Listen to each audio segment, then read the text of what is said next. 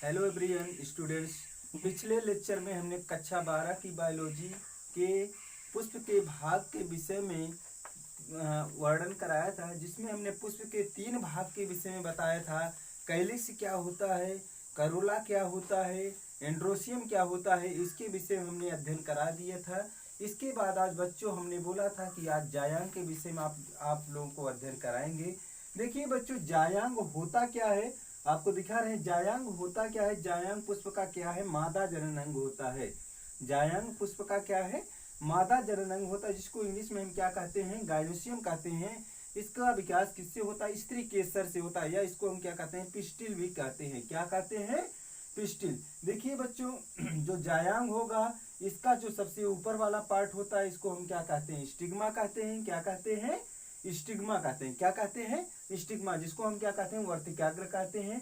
और दूसरा पार्ट जो होता है, दूसरा पार्ट जो होता है उसको हम क्या कहते हैं, दूसरा पार्ट जो होगा उसको हम कहेंगे क्या, स्टाइल। क्या कहते हैं, दूसरे पार्ट को हम क्या बोलते हैं, स्टाइल कहते हैं। क्या कहते हैं, स्टाइल। स्टाइल मीन्स क्या होता है, स्टाइल का मतलब होता है स्टिग्मा, दूसरा पार्ट होगा हमारा स्टाइल। स्टाइल का मतलब क्या होता है, वर्तिका होता है। और तीसरा पार्ट जो होता है उसको हम क्या कहते हैं, ओवरी कहते हैं। ओवरी का मतलब क्या हुआ, अंडाशय।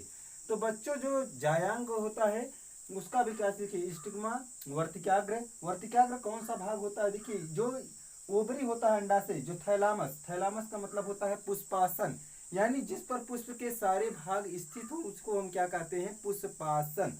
पुष्प का आसन जो होता है उसी को हम क्या कहते हैं, पुष्प आसन। जैसे हम कुर्सी पे बैठ रहे हैं, कुर्सी का आसन वही हो गया। उसी प्रकार से पुष्प के जिस पर पुष्प के सारे भाग जिस पर स्थित होते हैं उसको हम क्या बोलते हैं, पुष्पासन। तो बच्चों, इसके बाद क्या आता है, ओवरी जो होता है, जो गोल सा भाग है, इसको हम क्या कहते हैं, ओवरी कहते हैं। ओवरी। इसके बाद जो पतला सा लंबा सा भाग होता है, इसको यहाँ तक के भाग को हम क्या कहते हैं, वर्तिका कहते हैं। इंग्लिश में इसको क्या कहा जाता है, स्टाइल कहा जाता है। इसके बाद सबसे ऊपर वाला पार्ट जो गोला गोला सा है, इसको हम क्या बोलते हैं, इतने पार्ट को हम क्या बोलते हैं, क्या बोलेंगे, स्टिग्मा बोलेंगे या वर्तिका कहते हैं। तो वर्तिकाग्र, वर्तिका और अंडाशय, ये जो होते हैं, जो पुष्प के मादा जनन अंग के भाग हैं, ये तीनों मिल करके किसका निर्माण किस चीज का निर्माण करते हैं, कार्पल्स का निर्माण करते हैं, यानी अंडकों का निर्माण करते हैं। और इसी अंडकों से जो होता है, जायांग का विकास होता है। तो बच्चों, इसके बाद देखिए, ओवरी के अंदर क्या होता है, ओव्यूल होता है, जिसको बीजांड कहते हैं। बीजांड आगे चल करके डेवलप हो करके किस चीज का निर्माण करता है, बीज का निर्माण करता है। तो कहने का तात्पर्य हमारा यह है, जो कहने का तात्पर्य है, जायांग पुष्प का मादा जनन होता है। इसके मुख्यतः 3 भाग होते हैं, वर्तिकाग्र, वर्तिका और अंडाशय होते हैं। वर्तिकाग्र, वर्तिका और अंडाशय, यही तीनों भाग मिल करके किस चीज का निर्माण करते हैं, अंडकों का निर्माण करते हैं। और इन्हीं अंडकों से जो होता है, जायांग का विकास होता है। इससे पता चलता है जायांग, अगर उसमें एक अंडपी है तो उसे मोनोकार्पुलरी जायांग बोलेंगे, अगर 2 अंडपी अंडाशय है तो उसको डाइकार्पुलरी बोलेंगे। तो यही चीज है क्या, जायांग, जो हम क्या कहते हैं, पुष्प का मादा जनन अंग कहते हैं। देखिए बच्चों, जायांग के अंदर क्या पाया जाता है, मेगा स्पोरेंजिया पाया जाता है। क्या पाया जाता है जायांग के अंदर, उसके पार्ट का क्या नाम है, मेगा स्पोरेंजिया। क्या कहते हैं, मेगा स्पोरेंजिया। मेगा स्पोरेंजिया क्या होता है, यानी मेगा स्पोरेंजिया का मतलब होता है गुरु बीजाणुधानी। गुरु बीजाणुधानी किसके अंदर पाई जाती है, जायांग के अंदर पाया जाता है। जबकि जो एंड्रोसियम पुमंग होता है उसमें क्या पाया जाता है, माइक्रोस्पोरेंजिया पाया जाता है, यानी लघु बीजाणुधानी पाई जाती है। इसमें 4 गुरु बीजाणुधानी पाई जाती है, जिनमें से 3 नष्ट हो जाता है, एक गुरु बीजाणुधानी आगे भाग लेता है। देखिए बच्चों, अभी हम आप लोगों को बताए जैसे जायांग क्या होता है, जायांग के विषय में बता चुके हैं। इसके बाद आता है अगला टॉपिक, परागण आता है। क्या आता है, परागण। परागण को इंग्लिश में क्या बोलते हैं बच्चों, पॉलिनेशन। क्या बोला जाता है, पॉलिनेशन। देखिए, ये क्या है, हमारा जो डंडे जैसी संरचना बना हुआ है, इसको हम क्या कहते हैं, इसे पूतंत्र कहते हैं या फिलामेंट कहते हैं। ये गोल सी जो संरचना, इसको क्या कहते हैं, एंथर यानी परागकोश कहते हैं। परागकोश के अंदर क्या पाया जाता है, परागकण पाया जाता है। क्या पाया जाता है, परागकण। परागकोश के अंदर क्या पाया जाएगा, परागकण पाया जाएगा।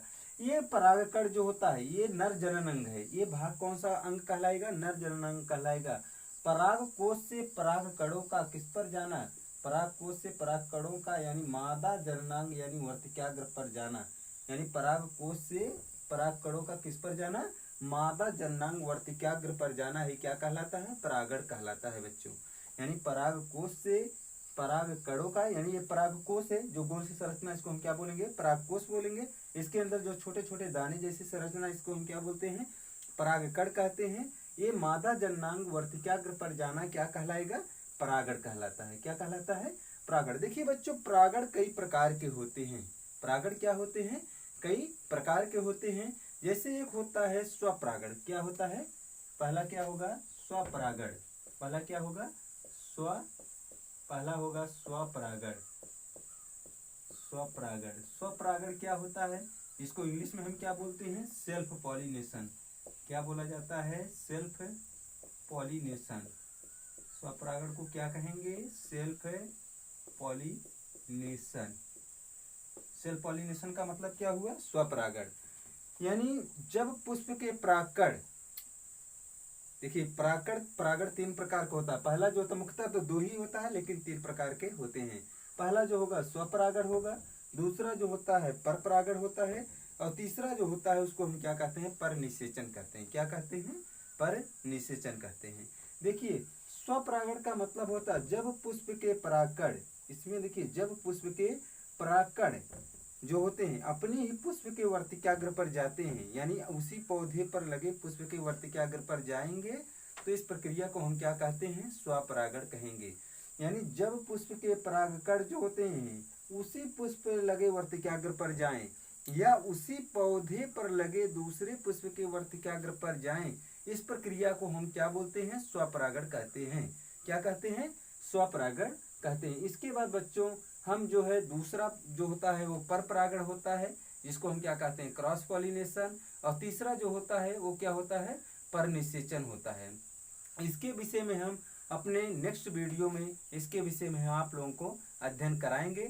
अगर आप लोगों को अपनी हमारी वीडियो पसंद आई हो तो अपने मित्रों को भी इसको जो है सेंड कर दीजिएगा।